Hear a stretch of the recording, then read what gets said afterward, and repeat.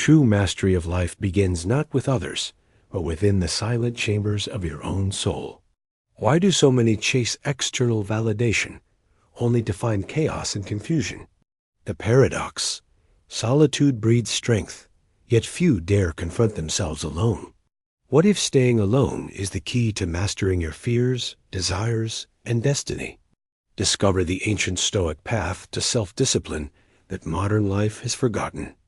In an age overflowing with noise, distraction, and constant connection, the idea of voluntarily staying alone until you master yourself seems both terrifying and counterintuitive. Yet, this is exactly what the ancient Stoics understood as a critical path to wisdom and resilience. They argued that true strength arises not from external triumphs, but from inner sovereignty, the ability to govern your mind, your emotions, and your reactions, no matter the chaos around you. Imagine a young man named Marcus, living in a bustling city where every moment is filled with demands, social expectations, and unrelenting pressure. Marcus felt bound by the frantic pace of life, drowning in self-doubt and confusion. His days were haunted by a desperate craving for acceptance, meaning, and control. Every failure was magnified, every success brief and hollow. Deep inside, Marcus knew that fixing his external circumstances would never bring peace. The real battle was invisible, the mastery of himself. But how could he face this when every voice outside was louder than the voice within? The Stoic answer was radical. Withdraw, confront yourself in solitude, and build that inner fortress. Marcus started to isolate himself in a tiny room filled only with a few pages of philosophy, a journal, and silence thick enough to grip. Each day he reflected on the nature of his fears, his impulses, and the illusions that bound him. He asked questions no one else dared to ask. Who am I without my possessions? Without praise? Without distraction? This journey was excruciating. He wrestled with anger, boredom, and despair. Moments when he felt utterly alone and lost returned like shadows to tempt him to give up. Yet, each time he resisted, a subtle change began inside. The turbulent sea of his emotional life slowed. Patterns of reaction gave way to moments of reflection. Desires lost their urgency, and clarity emerged from chaos. By staying alone, Marcus did not become lonely. He cultivated the rarest form of friendship, the friendship with himself. This self-friendship is the cornerstone of Stoic mastery. It meant embracing discomfort and uncertainty as tools for growth rather than enemies. It meant accepting that external circumstances are beyond control, but choosing to control one's judgment, impulses, and will. But what does this look like in practice for a modern person? Marcus' story is not unique. Countless seekers struggle similarly, but shy away from solitude because of fear or impatience. Most never realize that the most tumultuous relationship you will ever have is the one with your own mind. How do you nurture that relationship? How do you train your emotions like an athlete trains their body? The answer lies in several Stoic disciplines: daily self-examination, voluntary discomfort, and the radical acceptance of what is. Marcus kept a journal each evening, writing down moments of clarity and failure alike. He forced himself to sit in silence, resisting the modern temptation to flee into screens or social noise. He meditated on the idea of impermanence, that all things external are transient and indifferent. And slowly, steadily, he built a mental resilience that enabled him to face life's inevitable challenges without crumbling. Yet this process was far from linear. It required patience beyond modern expectations. Marcus had to learn the difference between solitude that heals and loneliness that destroys. True solitude is a chosen garden where the self can bloom, not a barren wasteland of neglect. This meant setting boundaries, saying no to distractions, and finding strength in simplicity. As he practiced, Marcus discovered one profound truth echoed through Stoic writings. Mastery of self is the foundation of freedom. Freedom from want, fear, anger, and obsession. freedom to act rightly, regardless of circumstance.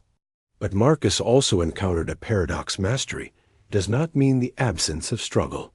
It means a new way of relating to struggle.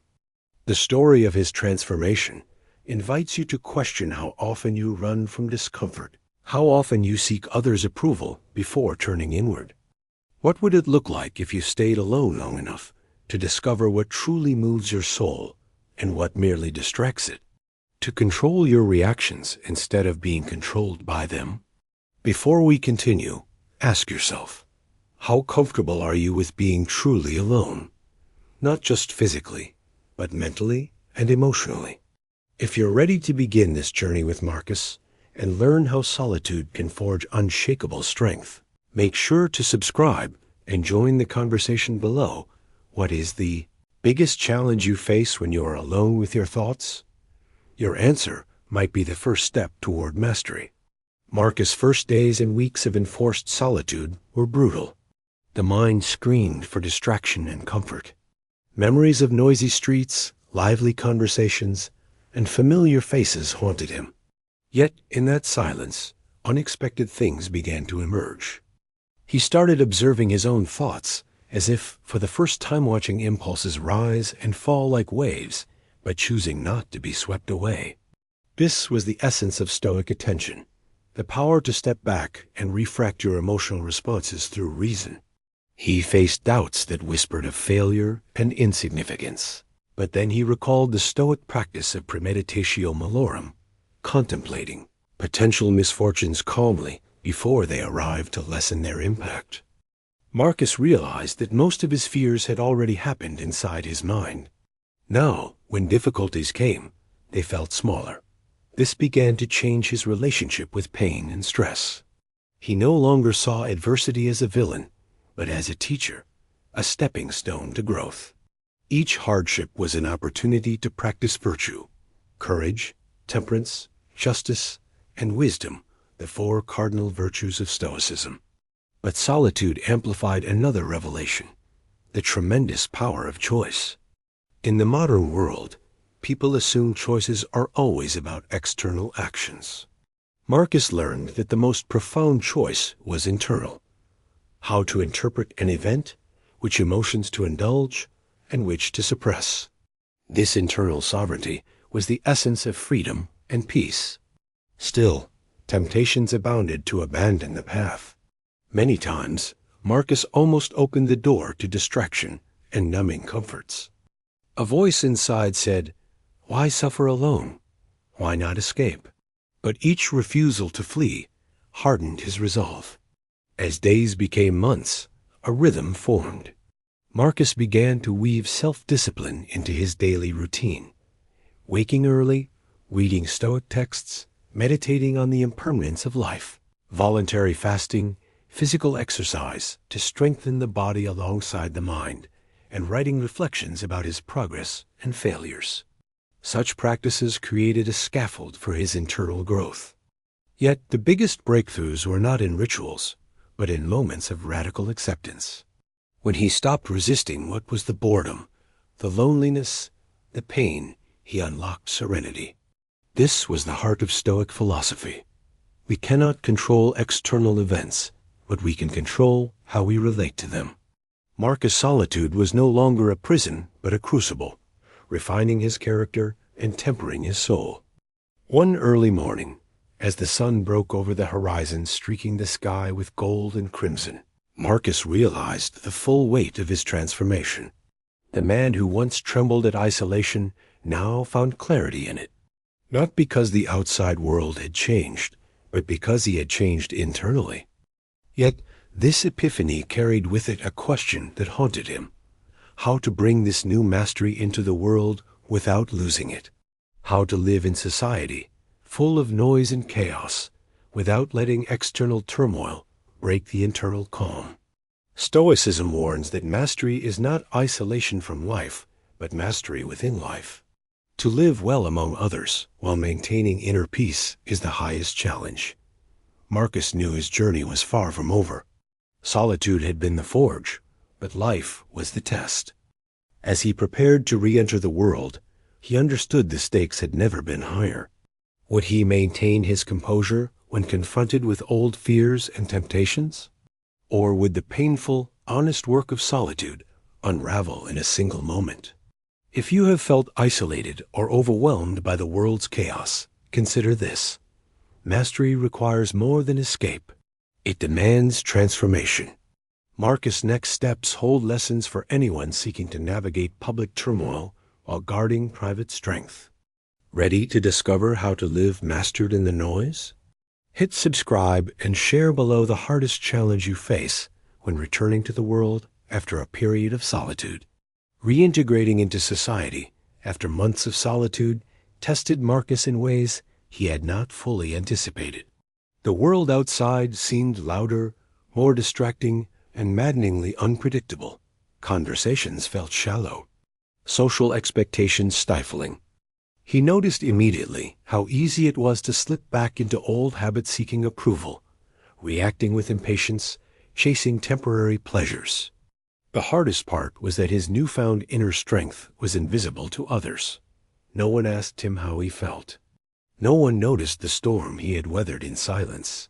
Stoicism teaches that external reinforcement often fails as a source of validation. True approval arises from self-respect and adherence to virtue. Marcus recalled Epictetus' words, "It is not things themselves that disturb us, but our judgments about them." This reminder was both comforting and challenging. In the noise of modern life, how to maintain calm and clarity. Marcus experimented with micro-solitudismal, intentional pauses during the day to return inward, breathe, and reassess his mental state. He practiced the discipline of assent, refusing to accept negative or impulsive thoughts at face value, but examining them critically before reaction. This sharpened his emotional control and prevented regressive impulses. However, social engagement still brought friction. Friends and family did not understand his change and sometimes mocked his restraint or seriousness. Marcus felt torn between connection and authenticity. The Stoic solution was to engage without attachment to outcome, to focus on right action, regardless of others' opinions. He learned to frame social interactions as duties, opportunities to practice kindness, justice, and courage rather than sources of personal gratification. Yet beneath this lies a profound difficulty. Modern life often rewards superficiality and reaction rather than reflection and depth. Marcus wrestled with balancing adaptation and integrity, how much to conform versus how much to resist. Then came moments of crisis, sudden insults, injustices at work, family conflicts. Each was a litmus test for his mastery. In one heated dispute, he felt the old impulse toward anger risen and nearly lost control. But recalling Seneca's counsel that anger is a brief madness, he paused, breathed, and chose reason over rage. This choice deepened his self-trust and expanded his patience. Marcus also embraced the Stoic concept of amor fati, love of one's fate. Instead of resisting hardships or setbacks, he learned to see them as necessary parts of his path. This acceptance did not breed passivity, but activated a powerful resolve to act rightly despite circumstances. His silent fortress was no longer solitude alone, but a mindset forged by acceptance and reason. Still, the question remained, how to sustain this state consistently? Loneliness sometimes returned, even amid crowds. Doubts about progress crept in. Were these improvements permanent or fragile illusions? Marcus realized life is a continuous exercise, not a final destination. Mastery is a daily choice, renewal in each moment. Here lies a paradox often overlooked. Solitude brings mastery, but mastery must live amidst relationship, challenge, and imperfection. Marcus stood at a crossroads. One path led back to the noise and old habits, the other deeper into disciplined practice and commitment to virtue. His choice would define whether solitude was an escape or a transformation. For all who thirst for self-mastery, Marcus' experience reveals a crucial truth. Isolation is not the enemy, but neither is the world beyond it. Between the two lies the path of the Stoics, engaged yet undisturbed, resilient yet compassionate. In our next part, we will explore the practical wisdom that allowed Marcus to walk this path, turning the tension of daily life into fuel for growth. Are you prepared to learn how to translate solitude into strength in the crowded modern world? Stay with us as Marcus faces the real test. Ready? Let's continue. Marcus' return to the world marked the beginning of true applied Stoicism in his life. He realized that intellectual knowledge was insufficient without daily practices to reinforce it. To maintain mastery, he implemented several key disciplines honored by Stoic philosophers and adapted for today's challenges. First, the discipline of journaling became his anchor. Each evening, Marcus recorded events that tested his resolve, his thoughts and feelings, noting where he succeeded or faltered.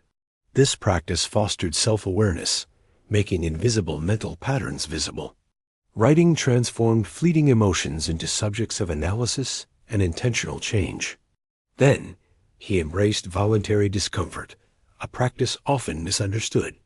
Instead of avoiding pain or inconvenience, Marcus purposefully sought small challenge cold showers, fasting, or walking quickly in high winds. These physical trials conditioned his mind to endure hardship without complaint. More importantly, they served as reminders that suffering was not to be feared, but faced with courage. Marcus also developed the habit of negative visualization, regularly imagining loss, failure, or rejection. The goal was not pessimism, but resilience to reduce the shock of unexpected adversity by becoming mentally prepared. This practice cultivated gratitude for what remained and clarity about what mattered most. Central among his tools was the daily meditation on dichotomy of control, accepting what he cannot change and focusing energy only on what is within his power, his own judgments, intentions, and actions. This simple but profound framework allowed Marcus to release anxiety rooted in outcomes beyond his influence. Socially, Marcus learned to exercise generosity tempered by wisdom. He cultivated empathy without sacrificing boundaries or succumbing to emotional contagion. Stoicism taught him to participate fully, but not become enmeshed in others' turmoil. He practiced compassion as an act of virtue and detachment as an act of survival. These balanced actions maintained his equanimity in relationships. Throughout, Marcus was careful not to confuse resignation with acceptance. Acceptance did not mean passivity or indifference. Rather, it implied active endurance and deliberate engagement with reality.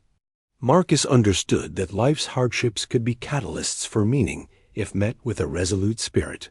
One of the greatest revelations was recognizing that mastery of self was inseparable from humility. Any sense of ego or entitlement was a trap that led to disturbance. Marcus reminded himself constantly he was a work in progress, a student of life's lessons, never a perfected sage. This mindset dissolved arrogance and opened space for continuous growth. Yet amidst his progress lay deep challenges. Moments of exhaustion and loneliness lurked, threatening to unravel his discipline.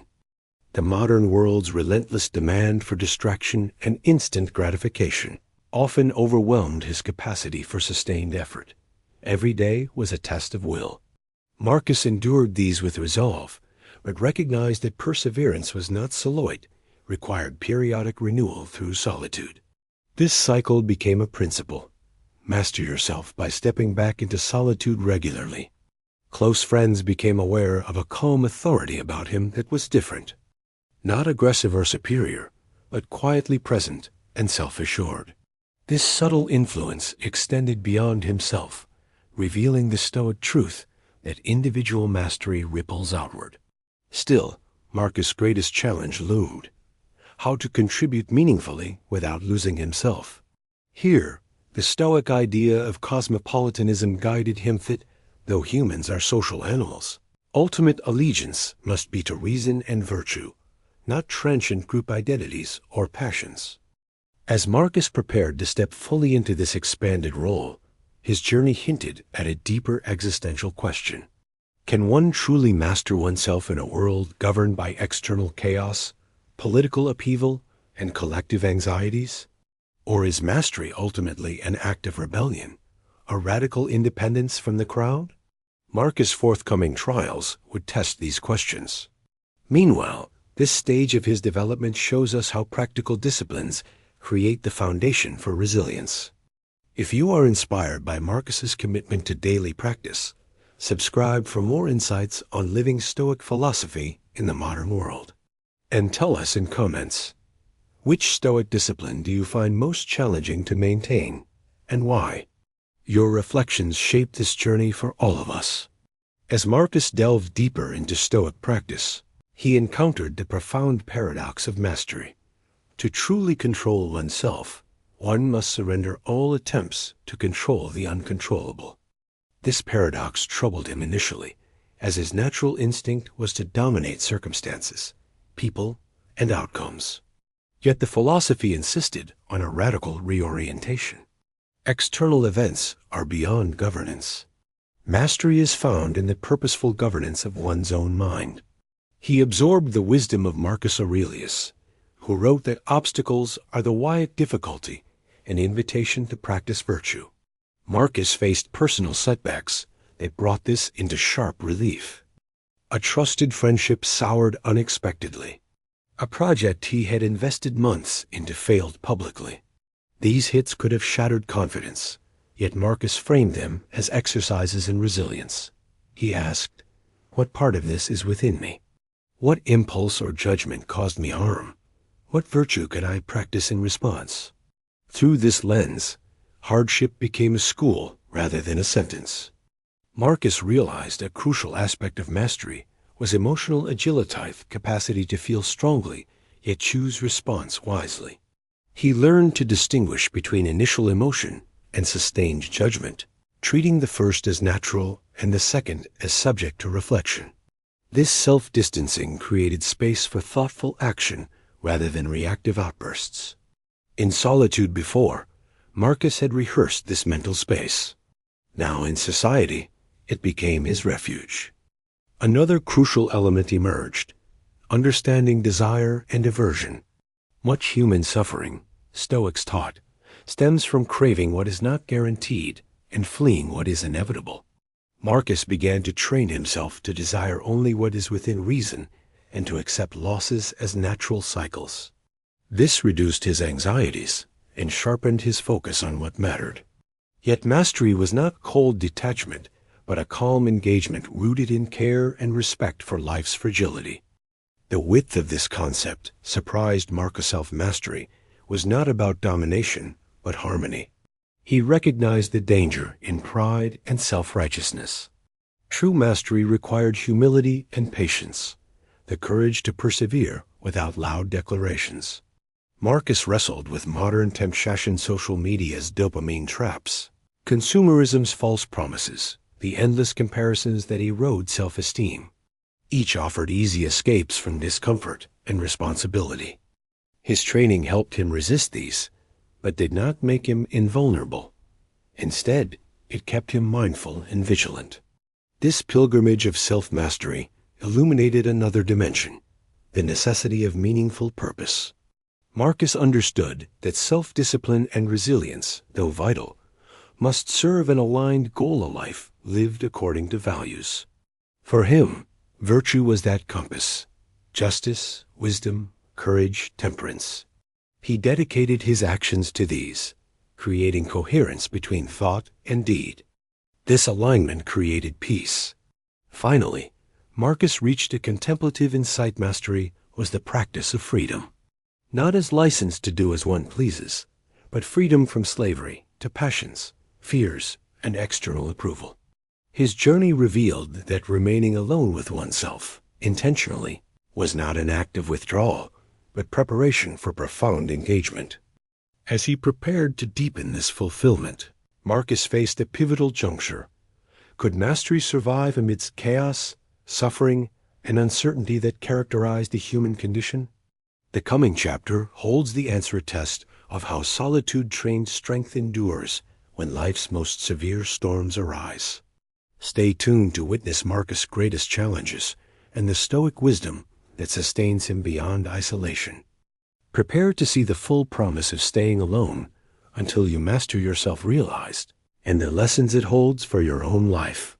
The final stage of Marcus' story is the crucible where theory meets reality in its most brutal form. Unexpectedly, a series of life events tested every ounce of his self-mastery. A close family member fell gravely ill, financial ruin loomed due to a collapsed investment, and political turmoil escalated around him.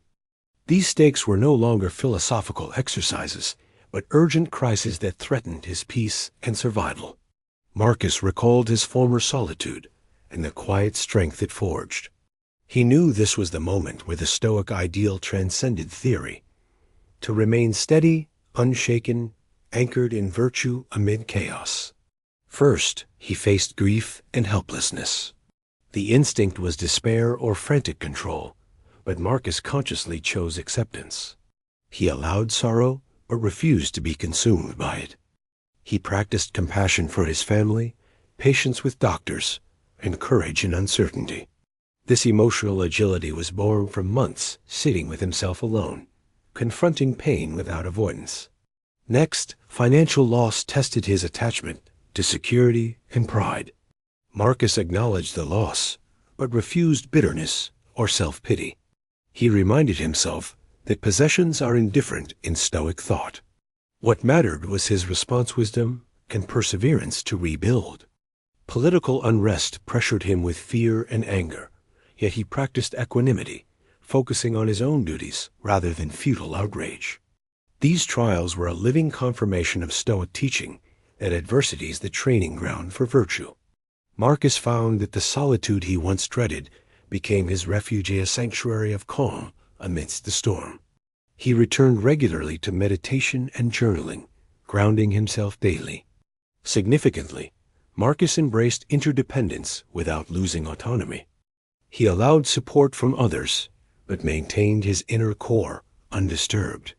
This balance between connection and sovereignty was the apex of his transformation. By mastering himself, Marcus had transcended loneliness and isolation. He was now capable of facing the world's harshness with a serene heart. His story affirms the title's promise: stay alone until you master yourself. Solitude is not exile, but apprenticeship.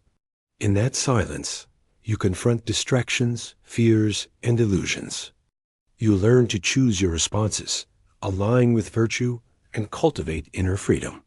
When life's storms come, you stand unshaken, a beacon of resilience for yourself and others. Marcus' journey is a call to action, not to flee the world indefinitely, but to know when to retreat, reflect, and renew, to embrace discipline and solitude as powers, not punishments.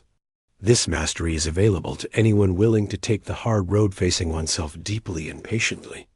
The rewards are profound: strength that outlasts fear, peace that surpasses circumstance, and a life lived with integrity in both quiet and chaos. What does mastering yourself mean to you? Will you dare to stay alone long enough to find out? Your path awaits.